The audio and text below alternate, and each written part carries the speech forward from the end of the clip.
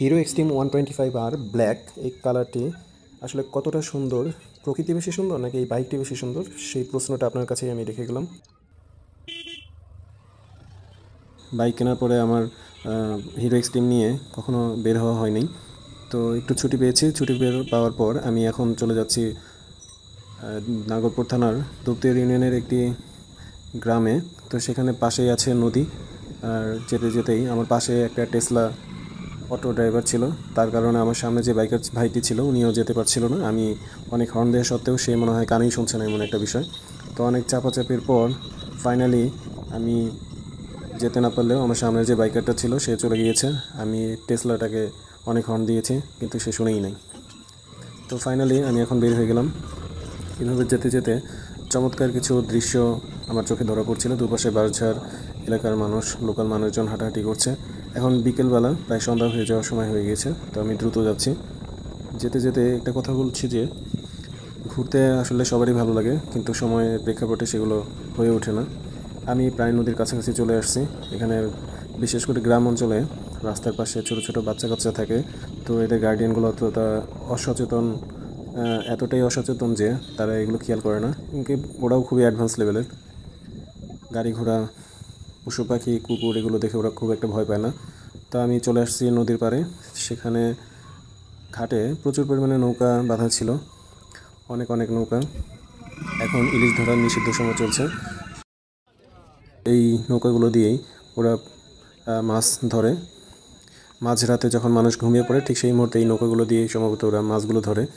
তো যদিও এটা খুবই নিক্কারজনক ঘটনা, এটা যেহেতু গভর্নমেন্ট নিষেধ করেছে, তো এগুলো না করা থেকে বিরত থাকাই ভালো। নদীর পাড়েই সারি সারি সারি বেঁধে এই যে দেখা যাচ্ছে যে ঘোড়াগুলো বাঁধা আছে, চমৎকার চমৎকার তেজি তেজি ঘোড়া। এই ঘোড়াগুলো দিয়ে মূলত ঘোড়ার গাড়ি পাওয়া হয়। এগুলো সম্ভবত তেলের পেট্রোল বা এগুলোর হচ্ছে ভরাট করা ড্রাম।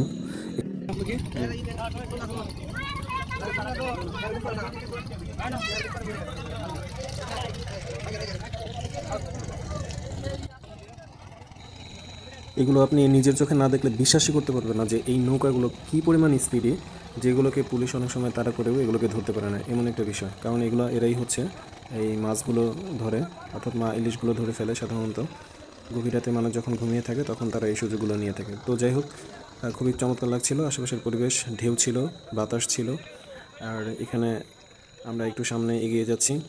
সামনে গিয়ে যতদূর দেখা যায় যে ওইদিকে সম্ভবত আর কোনো বাড়ি নেই, তো আমি একটু এগিয়ে গিয়ে দেখলাম, যাচ্ছি। আমার পিছনে আমার চাচা আছে, সামনে কিছু পরিচিত লোক ছিল। যাই হোক, বেশি দূর যাওয়া যাবে না। নদীর পাড়ে মানুষ খুবই ভয়ঙ্কর হয় সব দিক থেকে, জীবনকে তারা খুব কাছে থেকে দেখে।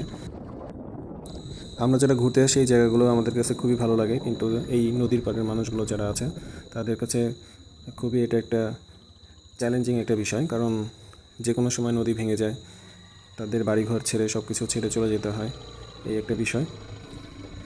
তো এই নদীর পাড়টা যদিও পাড়গুলো জিও ব্যাগ দিয়ে এই পাড়গুলোকে বেঁধে দেওয়া হয়েছে, এখন আর ভাঙার কোনো সম্ভাবনা নেই বললে চলে। পরবর্তীতে হয়তো এটা স্টেবল করলে বা স্টেবল থাকলে দেন এখানে ব্লক দিয়ে পুরো পাড়টাকে বেঁধে দেওয়া হবে। তো এই যে সারি সারি নৌকা যাচ্ছে এখানে, শুধু মাছ ধরার যে নৌকা এগুলো বিষয়টা এমন না। অনেক ক্ষেত্রে দেখা যাচ্ছে যে এই পারের মানুষগুলো ওই পারে যাচ্ছে বা ওই পারের মানুষগুলো এই পারে আসছে। তো লুকিং গ্লাসটা আমি একটু ঠিক করে নিলাম, কারণ পেছন সাইডটা দেখা যাচ্ছিল না। বাইক রানিং অবস্থায় বোঝা যায় যে লুকিং গ্লাসের প্রয়োজনীয়তাটা ঠিক কতটুকু। তো আমি একটু বাইকটাকে স্ট্যান্ড করে আমি লুকিং গ্লাসটা ঠিক করে নিচ্ছিলাম, কারণ পেছন থেকে কে আসছে না আসছে দেখা যাচ্ছিল না। এখন ঠিক করে নিলাম, দেন আমরা সামনের দিকে এগিয়ে যাচ্ছি। সন্ধে হলো সূর্য নামে পটে, এলাম যেন জোড়া দিঘির মাঠে, কবিতাটা মনে পড়ে গেল। তাহলে এখানে কিছুক্ষণ থাকবো, কথা বলবো, গল্প করবো, কিছুক্ষণ আড্ডা দিব, দেন চলে যাব। ওরা নেমে গিয়েছে, আমারও নামতে হবে। নদীর পাড়ের মানুষগুলোর জীবন খুবই অদ্ভুত। নদীর এই পার করে তো উপকূল ভেঙে যায়, তো এইভাবেই চলে যায় তাদের জীবন।